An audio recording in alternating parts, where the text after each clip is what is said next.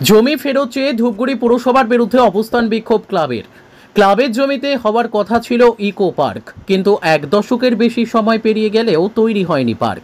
ধূপগুড়ি পুরসভার বিরুদ্ধে আন্দোলনে ধূপগুড়ির দক্ষিণায়ন ক্লাব সোমবার বিকেল থেকে পুরসভার বিরুদ্ধে অবস্থান বিক্ষোভ শুরু করে ক্লাব সদস্যরা। জানা গিয়েছে 2012 সালে ধূপগুড়ি পুরসভা তৃণমূলের দখলে আসার পর দক্ষিণায়ন ক্লাবের জায়গায় একটি ইকো পার্ক তৈরির কথা দক্ষিণায়ন ক্লাবের সঙ্গে চুক্তিপত্র করে পুরসভা। পার্ক নির্মাণের জন্য চুক্তির ভিত্তিতে প্রায় 7.5 বিঘা জমি পুরসভাকে দেয় ক্লাব কর্তৃপক্ষ। জলাভূমি ভরাট করে কাজ শুরু হয়, কিন্তু এক দশকের বেশি সময় পেরিয়ে গেলেও সেই পার্ক তৈরি হয়নি। ধূপগুড়ি মহকুমা ঘোষণা হতেই মহকুমা আদালত নির্মাণের জন্য সম্ভাব্য জায়গা পরিদর্শন চলছে। তাতে এই জায়গার প্রস্তাব রয়েছে বলে জানা যায়। ক্লাব কর্তৃপক্ষের দাবি, ক্লাবের জমি যে কারণে নিয়েছে পুরসভা সেই প্রতিশ্রুতি পূরণ করতে পারেনি। পুরসভা ভাওতা দিয়েছে প্রস্তাবিত জমিতে পার্ক ছাড়া অন্য কিছু তৈরি করা যাবে না, আর তা না হলে পুরসভা ক্লাবকে জমি ফিরিয়ে দিক এই দাবি তুলে আন্দোলনে ক্লাব কর্তৃপক্ষ।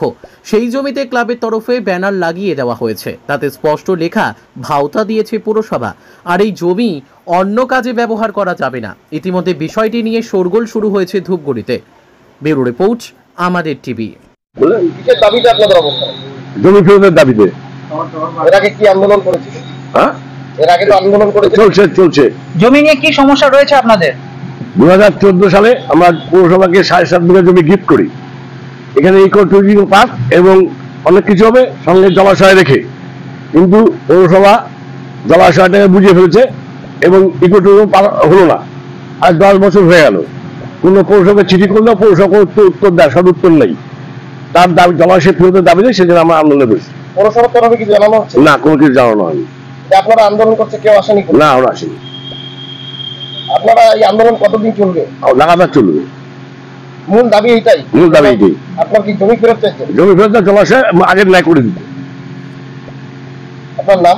Subodh Das, vice president.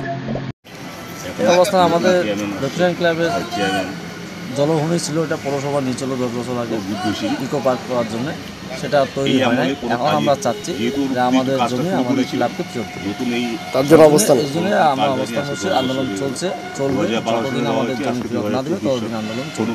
পৌরসভা কি বলছে? কিছু বলছে? পৌরসভা এখনো কিছু বলে না। আপনারা এর আগেও দেখলাম আন্দোলন করছেন, বিভিন্ন জায়গায় প্ল্যাকার্ড লাগিয়েছেন, মূলত কারণটাই একটাই? কারণ একটাই, আমাদের জমি ফেরত। আপনার নাম? আপনি? বাপি বসা।